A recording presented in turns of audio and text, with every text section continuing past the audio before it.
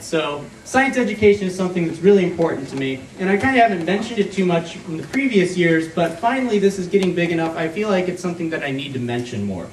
And so I want to take a brief moment to kind of talk about why it's important. And apparently the slides did get copied and pasted in here.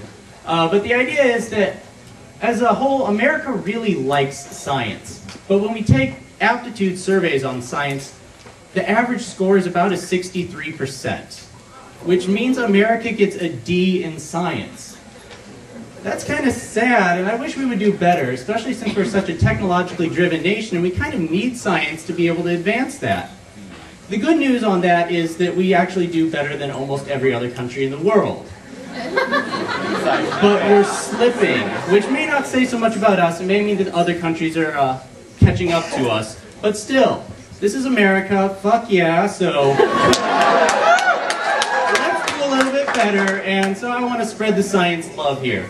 And that's kind of the idea of this panel. And it's not just something, hey, science is awesome.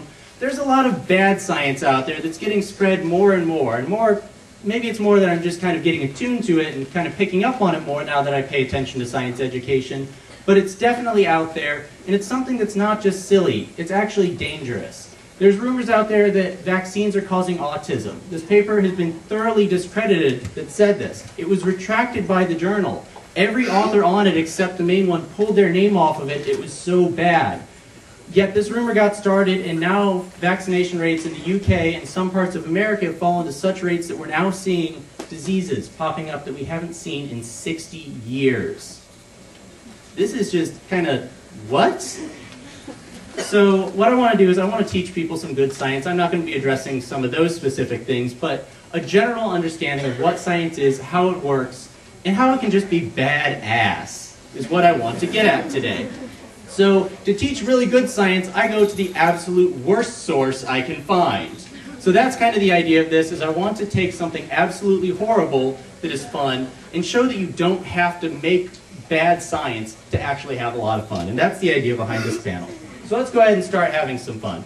As I said, this panel was started in 2009. I revised it in 2010. In 2010, I toured it to a whole bunch of other conventions, was invited to university last month to present it. And then I finally, just about 50 minutes ago, finished the revisions for this year. So this is Anime Mythbusters 3.0. The first year I have to use a microphone. Because last year I didn't, and that was a bad idea. So the first thing I cover is gravity and falling. This is a ubiquitous topic in anime that they just always get horribly wrong. I don't have speakers this year, so I'm just going to kind of narrate it. I have maybe my laptop speakers turned on so the people in the front might hear it, but it doesn't really matter. This first clip comes from Advent Children. I think everyone knows this clip. Cloud and Sephiroth are having a duel on the building. Sephiroth chops off this huge chunk they're standing on. They're falling, jumping around on these giant blocks, walking around like there's gravity. Well, yes, there's gravity. That's why they're falling.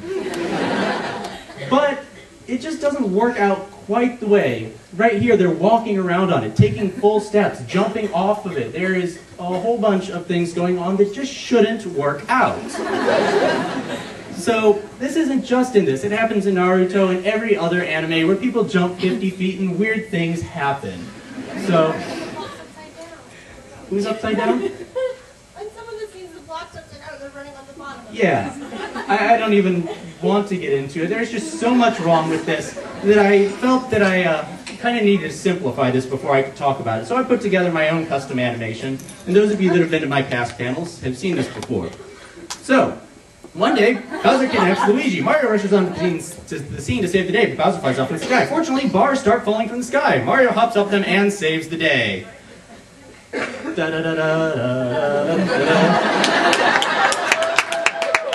So what is wrong with that? That's a nice simplified version, so let's break it down a little bit. Whenever you have something falling, you have two forces acting on it if it's within an atmosphere. You have the ma force, which is the force of gravity acted downwards. Ma is Newton's law, F equals ma. The force is equal to the mass times the acceleration. And in this case, the acceleration will be your gravity of whatever body is pulling you. So, Earth. But resisting that, you're going to have some other force, which is this kmv thing, which is directed opposite to your motion. K is some constant that has to do with how viscous the fluid is, whether it's air, water, whatever. M is the mass of the object, and V is the velocity with which it's falling. Obviously, if you're not moving at all, there's going to be no air resistance, but if you're a jumbo jet, there will be a little bit of air resistance. So let's start doing something with this. Whenever we have forces, we can always just add them up. So that's the first thing I'm going to do in this. This is why we don't put my panel on Sunday mornings anymore. So what I do is I take total forces. I have the mg, which I switched A to a G because we're talking about gravity. I've made it negative because it's directed downwards in a Cartesian coordinate system. I have a kmv, which is also negative because it's a resistive force. It's not really going to matter which direction it goes. And then I have this kmv is greater than 0 because you can't have an air resistance that's pushing you along. It just doesn't make sense. First thing I do on the next line is I factor out the m and set it equal to the calculus version, m dv dt, which dv dt, for those that know calculus, is the same thing as an acceleration. The velocity is the derivative of position. So, next thing we want to do is integrate both these since we have a derivative. So I'll take it, I'm going to take the g kv and move it down to this side. The m's are on both sides of my equation, so I cancel that out, and all I have left is the dt's, and then I can just integrate, and I'm not going to go through all the math right now. It's been 2 years since I wrote it. I don't really remember it either. So what we come out with is this thing down at the bottom, which still looks horrible and nasty, but it's really not too bad, because let's take a look at what we got. V, velocity, E, that's a number. Really it is, it's 2.71. Wow. Yes. We have this negative k, t, plus kc. It's an exponent on the e.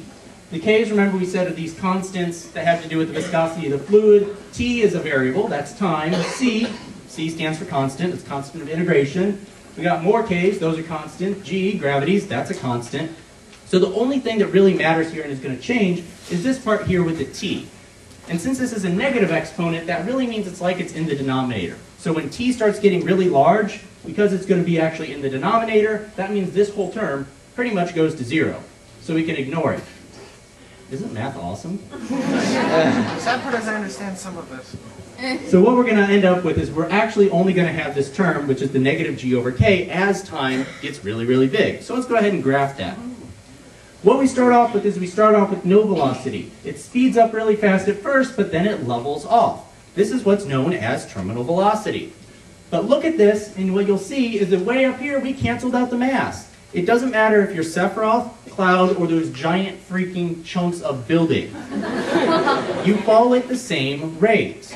That's what they figured out dropping the cannonballs off the Leaning Tower of Pisa. Everything falls at the same rate independent of mass. So, if something starts before something else, its curve will start off here, and the second thing will have the exact same curve underneath it and never quite catching it. Okay? So what does that mean? It means that if you knocked out the chunk of building from under me, I would be falling at the exact same rate as it. Now when you're trying to walk on something, it works because you have friction, and the friction propels you along. The funny thing is with friction, it requires force between you and the ground. Gravity is what's pulling us down, but the ground's not falling, so it creates a force between us, and that's how we create the friction to be able to walk. But since the chunks of block are falling at the exact same rate, there is no friction, and they cannot walk. Obviously, there is a small addendum to this that it's not entirely true because there is going to be a little bit more resistance on the chunks of block that have a larger surface area to resist a bit more, but not enough to really change anything I'm saying. If it did, they'd be able to take one step, and then Newton's other law, which says for every action there is an equal and opposite reaction, they'd push down on the block would accelerate down, they'd accelerate up, and now you're not taking a second step. So no matter how I try to rationalize this, it does not work. So let's go ahead and take a look at my animation again and see how it would really work. One day, Bowser kidnaps Luigi. Mario rushes on the scene to save the day, but Bowser flies off in the sky. Fortunately, bars start falling from the sky.